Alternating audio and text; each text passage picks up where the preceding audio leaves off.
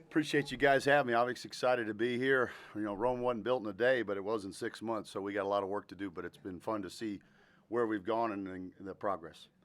Has it been a hard spring for you, just in terms of you've had a lot of change at your position at Sam linebacker, guys coming in, guys coming out. Has it been kind of a unique challenge in terms of just personnel? Unique, but I wouldn't say hard. It's been challenging, but in a good way. It's just trying to find the best crew. It's like a pot of gumbo. A lot of ingredients go into it, and we want to do a good job finding the right guys, that roux, that sauce, whatever it is. And it's been tough in the sense that guys had to move positions. But I tell you what, the guys have handled it the right way. We've kind of been through a second set of Sam linebackers, and all the guys did a great job with the move. It's been really good. It's obviously benefited us. You could see from day one when we made that second move, we'd moved some guys, preseason, and then once we got into spring ball, and I really thought that move made immediate dividends for us. So it's been good, and the guys have been a lot of fun to coach. And in terms of nickel, how much of your coaching responsibilities, do you do that at practice? I know, probably meeting rooms, you do some of the stuff, but what's that involve? And DJ Harvey's been there quite a bit. So, what's that coaching responsibility like there? Well, it's just different. Those are most of the time those are DBs, and so you're meeting with the Sam linebackers, then you're also meeting with those guys, and then trying to work them into practice because obviously that package will expand, especially based on down and distance, and if you're playing a team that's throwing the football pretty extensively. But just trying to find a way to work those guys into practice, meet with them because they're playing multiple positions. But DJ's done a great job. Elijah Howard has done a great job. They've been easy to coach, and just kind of on the fly, they've been learning it, and it's a new position because this position wasn't in the defense before, so everything's from scratch. But they've done a good job, and we've just tried to carve out a niche of time with them to meet with them, practice with them, and then obviously their package has kind of expanded as we've gone along in the spring. What stood out to you about DJ? We're going to get to talk to him a little bit. I know he's got a year under his belt now. What have you kind of seen from him this spring? He's got good man coverage skills. There's a good blitzer. Does some things. He's very competitive. Takes it real seriously. He has a lot of good questions. You want a guy that's not only talented but also wants to put the work in, and then also has the ability to say, hey, these are things I need to improve on. How can I get better? And so he always comes to you with the, hey, what are the things I got to get better at, Coach? He's always looking to, get an edge to get better, and you always want to coach those kind of guys. So that's been a lot of fun. At Sam, what's kind of a player's learning curve? Because I know it's kind of a hybrid position where you're getting a guy like Keely Lawson, who he's a wide receiver, and he might have played a little bit defense in high school, but what's the kind of learning curve like, and how do you think the guys have responded to that so far? Really good. I've coached the position for about 12 years, and we joke that they have to dress in a telephone booth because they have to be part Superman, part superhero. They've got to be a DB in some regards, a linebacker in other regards. It's a very easy position to learn from the X's and O's in the playbook, but it's a hard position to execute because you got to be able to defend in space, you got to be able to tackle in space, you got to be able to cover. You've got to make a lot of plays in a lot of wide open areas. And then that guy also is in the box at times. So the learning as far as drawing on the board hasn't been tough for the kids, but just executing it, and it's a unique skill set. So generally the way we're looking at it, that's why we're recruiting some great players around the country. That guy's going to blitz probably 50% of the time, and then he's going to be in coverage, and he's going to be in the box. So he's got to kind of wear a lot of different hats.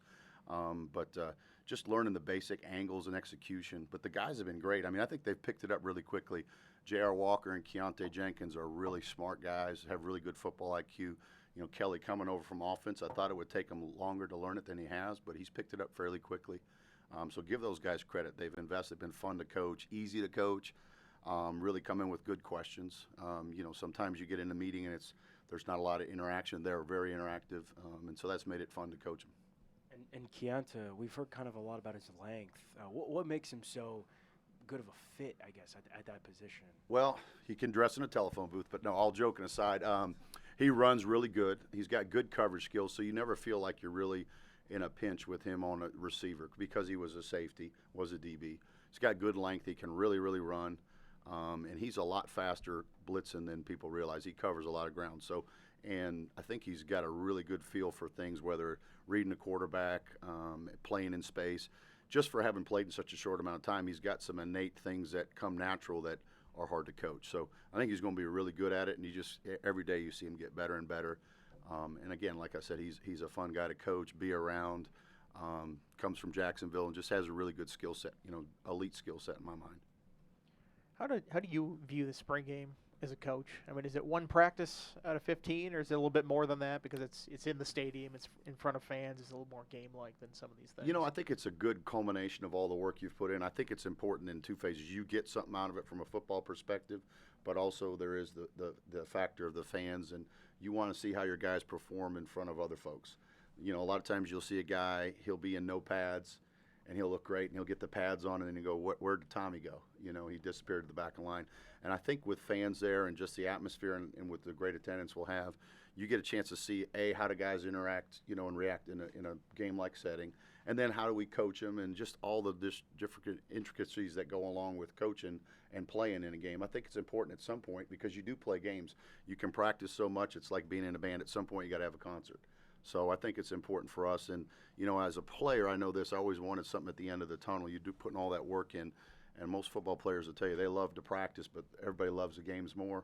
And so at some point you want to play a game. And I think after the 15th practice, I think it's really important to get some game scenarios, cut guys loose and see how they play. And, you know, as a head coach, I always looked at that, would kind of be a gauge of where we're going to be for the next year and where we're going to be at the summer as far as far along we were. And for us, it'll be a good gauge of where we're really at.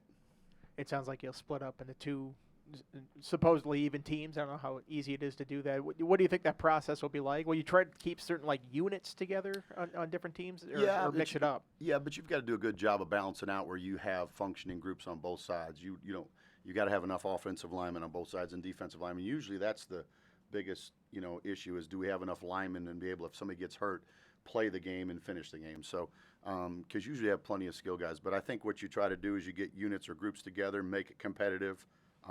We'll have some fun with his coaches. I know whatever team I'm on, we're going to want to win by 100. But that's how every coach is, I'm sure. But I think for us, it's just a chance to get in front of the fans, celebrate. A great opportunity to be in front of our fans and be in a great place. Will there be anything on the line for the winning team? Will it be like the other team has to run sprints or something like that?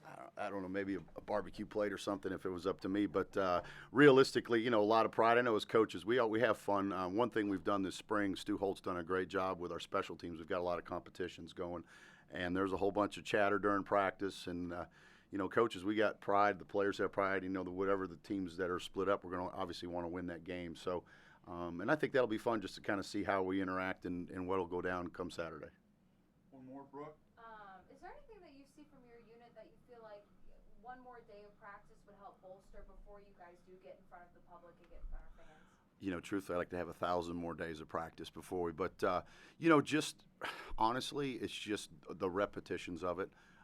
Just because the group, both Kiante, JR, and Kelly, all three of them moved positionally during the spring. Ben Skinner was there, who's done a good job, but the other three guys came halfway or partway through spring, and so every day they get reps. You just see them get better and better and better and better. So just really the basics. I mean, it's like I said, it's not a complicated position. It's just hard to execute, and the more reps you get at it, and they're getting a better feel for things. Hey, I can cheat a little bit here. I can start to show pressure and different things like that. And that guy's going to be an ultra aggressive guy for us. Like I said, we'll probably blitz him 50% of the time. And we get in recruiting. That's one of the allures of guys being recruited to that position. You're going to have a chance to make a lot of sacks, TFLs, and big plays in this defense. So. All right, thank you, Coach. Thanks, guys. Appreciate you guys. All right,